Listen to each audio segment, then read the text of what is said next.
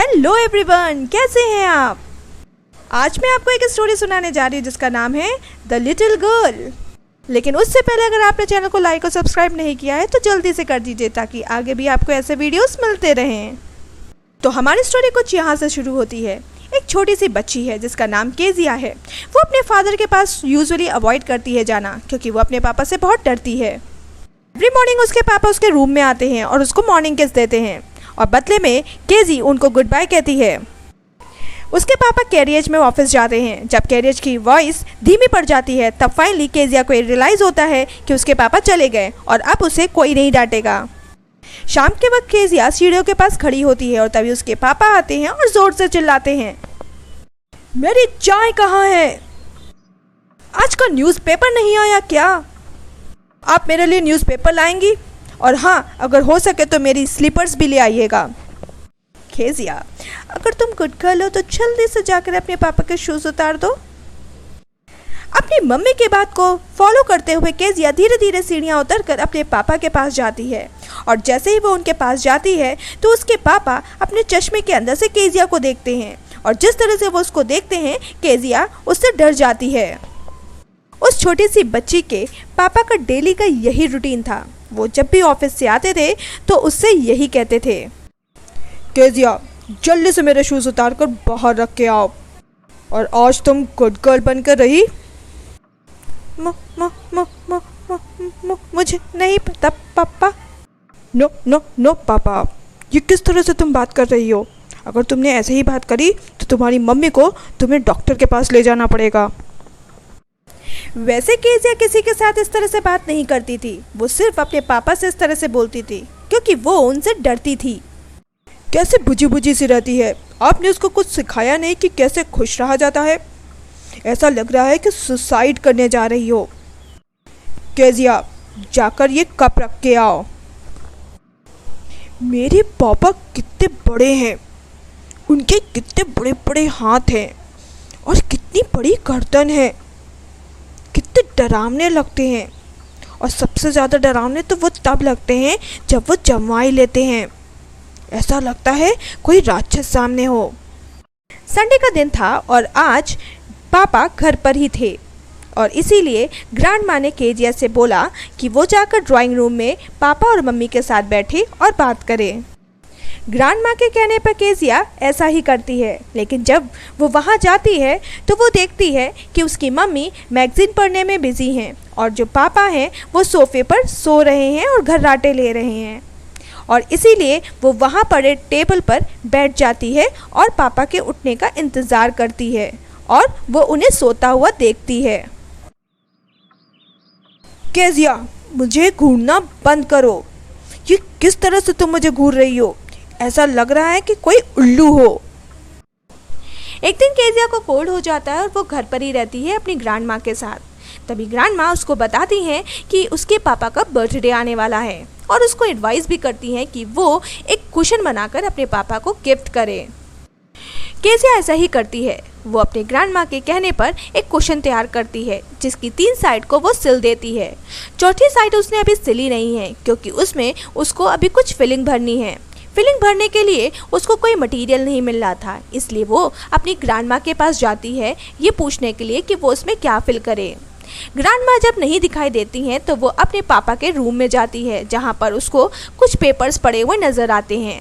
उसको वो आइडिया अच्छा लगता है और वो वहीं पड़े पेपर्स को फाड़ कर अपने कुशन के अंदर भर देती है और इसके बाद उसकी 4th साइड भी सिल देती है।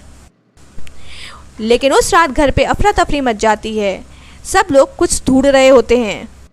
ये वही पेपर्स थे जो कि केजिया ने अपने क्वेश्चन में फिल कर दिए थे। ये एक स्पीच थी जो कि उसके पापा को पोर्ट अथॉरिटी में बोलनी थी। उस पेपर के लिए उनके घर के नौकरों से पूछताछ की और सबसे पूछा जा रहा था कि उन लोगों ने वो पेपर देखे कि नहीं। कहाँ गए वो पेपर? यहीं तो रखे थे। आज मुझे पोर्ट अथॉरिटी में स्पीच देनी थी। खड़ी खड़ी यहाँ क्या देख रही हो? जाके पूछो नौकरों से कि उन्होंने पेपर देखे हैं कि नहीं। इस रूम से पेपर चलकर कहाँ जा सकते हैं आखिर? केजिया की मतें पूरे घर में नौकरों से पूछताछ करती हैं कि उन्होंने पेपर देखे हैं कि नहीं और फाइनली वो केजिया के रूम में जाती हैं और उससे पूछती हैं, केजिया पापा के रूम में कुछ पेपर पड़े थे, क्या तुमने देखे हैं? वो पेपर? हाँ, वो पेपर मैंने फाड़कर अपने कुशन में फिल कर दिए। व्हाट? वो पेपर तुमने फाड़ दिए? तुम्हें पता नहीं तुमने क्या किया है। जल्दी से डाइनिंग रूम में आओ। केजिया डरते डरते नीचे आती है, जहाँ पर पहले ही उसके पापा चक्कर काट रहे थे। तो तुमने वो पेपर इधर उधर कर दिए? नो नो नो नो पापा। चाहिए देख के आइए कहाँ पर वो पेपर रखे हुए हैं और इसे मेरे सामने से ले जाइए, नहीं तो आज ये मुझसे पिट जाएगी। चुपचाप वहाँ से अपने रूम की तरफ बढ़ जाती है। जब वो रूम में होती है तभी उसके फादर पीछे से आते हैं और उनके हाथ में एक बड़ा सा स्केल होता है और वो केजिया से कहते हैं, आज तुम्हें पनिशमेंट मिलकर रहेगी, क्योंकि तुमको आज ये रियलाइज़ होना चाहिए कि जो चीज़ तुमसे रिलेटेड नहीं है उसे तुम्हें हाथ नहीं लगाना चाहिए। तो आज तुम्हें मार पड़कर रहेगी। नो नो नो नो पापा, नो प्लीज़। चुपचाप अपना हाथ आगे करो। मार पड़ने के बाद केजिया के हाथ बिल्कुल रेड हो जाते हैं और वो कस कस कर रोने लगती है। तभी उसकी ग्रैंड माँ उसको कंबल में लिपटाकर अपने साथ रॉकिंग चेयर पर बैठ जाती हैं। केजिया रॉकिंग चेयर पर बैठे बैठे कस कस कर रो रही होती है और बोलती है कि भगवान ने पापा आखिर बनाए ही क्यों। इस पर उसकी ग्रैंड माँ उसको कहती हैं कि तुम सबसे पहले तो अपनी नाक साफ करो, इसके बाद तुम सो जाओ, सुबह तक तुम सब कुछ भूल जाओगी और मैं तुम्हारे पापा को समझाऊंगी। आगे वो अपनी ग्रैंड मदर से कहती हैं कि मैंने ये सब उनके गिफ्ट के लिए किया और पापा ने मेरी एक भी नहीं सुनी। अगले कई दिनों तक वो उनकी डांट को और मार को भूल नहीं पाई। वो जब भी अपने पापा के पास आती थी तो उसका चेहरा रेड हो जाता था। केजिया के घर के बगल में एक फैमिली रहती थी जो कि मिस्टर मैकडोनल्ड की थी। मिस्टर मैकडोनल्ड अपने बच्चों के साथ बहुत ज़्यादा प्यार से रहते थे और उनके साथ हमेशा खेला करते थे। एक बार तो उनके बच्चों ने उनके ऊपर एक पानी वाली पाइप डाल दी थी और वो तब भी गुस्सा नहीं हुए थे। पहले तो केजिया को लगता था कि सारे पापा एक जैसे होते हैं, यानी कि खराब, लेकिन अब उसको ये रियलाइज़ होने लगा कि सारे पापा अलग अलग होते हैं। एक दिन केजिया की मदर बीमार पड़ जाती हैं और दादी माँ को भी उनके साथ हॉस्पिटल में रुकना पड़ता है। बेचारी बच्ची को अपनी कुक एलिस के साथ घर पर रहना पड़ता है। पूरा दिन तो आराम से बीत जाता है, लेकिन जब एलिस रात में केजिया को बेड पर लिटाती है तो वो डर जाती है। केजिया को रात में बुरे सपने आते हैं और ऐसा वो एलिस से कहती है, मैं अकेले नहीं सो पाऊंगी, मुझे रात में बुरे सपने आते हैं और मुझे अंधेरे से भी डर लगता है, अजीब अजीब सी आवाज़ें आती हैं। सो जाओ और अपने सॉक्स उतार दो और चिल्लाना तो बिल्कुल भी नहीं, क्योंकि तुम जानती हो तुम्हारे पापा नाराज़ हो जाएंगे और परेशान हो जाएंगे। रात में केजिया को वही डरावना सपना फिर से आता है, जिसमें वो एक कसाई को हाथ में रस्सी पकड़े देखती है और उसके हाथ में एक चाकू होती है और वो बहुत बुरी तरह से स्माइल दे रहा होता है। ये देखकर केजिया डर जाती है और नींद में ही चिल्लाने लगती है।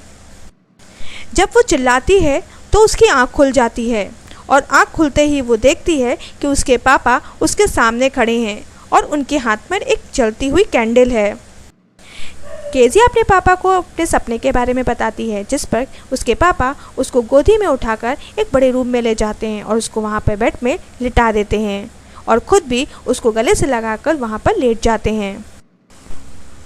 बहुत देर तक कोशिश करने के बावजूद भी केजिया के फादर जग नहीं पाते और वो सो जाते हैं। वहीं दूसरी ओर केजिया, जो अपने फादर का ये रूप पहली बार देख रही थी, बहुत ज़्यादा खुश हो जाती है और उसको ये रियलाइज़ हो जाता है कि उसके फादर भी अच्छे फादर हैं।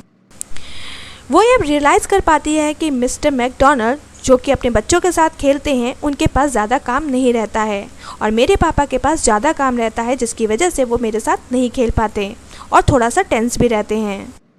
अब उसको ये रियलाइज़ हो गया था कि किस तरह से उसने उनके पेपर को फाड़कर गलती करी थी और उनके पापा का गुस्सा होना जायज़ था। अब वो अपने पापा से और चिपक कर लेट जाती है और अब वो उनकी दिल की धड़कन सुन पा रही होती है। अब वो करवट बदलती है, जिस पर उसके पापा जग कर उससे पूछते हैं कि क्या फिर कोई तुमने सपना देखा? तो इस पर केजिया उनसे कहती है कि नहीं पापा, मैं आपके दिल की धड़कन को सुन रही हूँ और वो धड़क रही है। फाइनली केजिया को ये रियलाइज़ हो जाता है कि हमारे पेरेंट्स अगर हमें डांटते हैं तो हमारे भले के लिए डांटते हैं। और इसी के साथ हमारी ये स्टोरी ख़त्म होती है। अगर आपको ये स्टोरी अच्छी लगी हो तो चैनल को लाइक और सब्सक्राइब ज़रूर करिएगा। Till then, bye bye.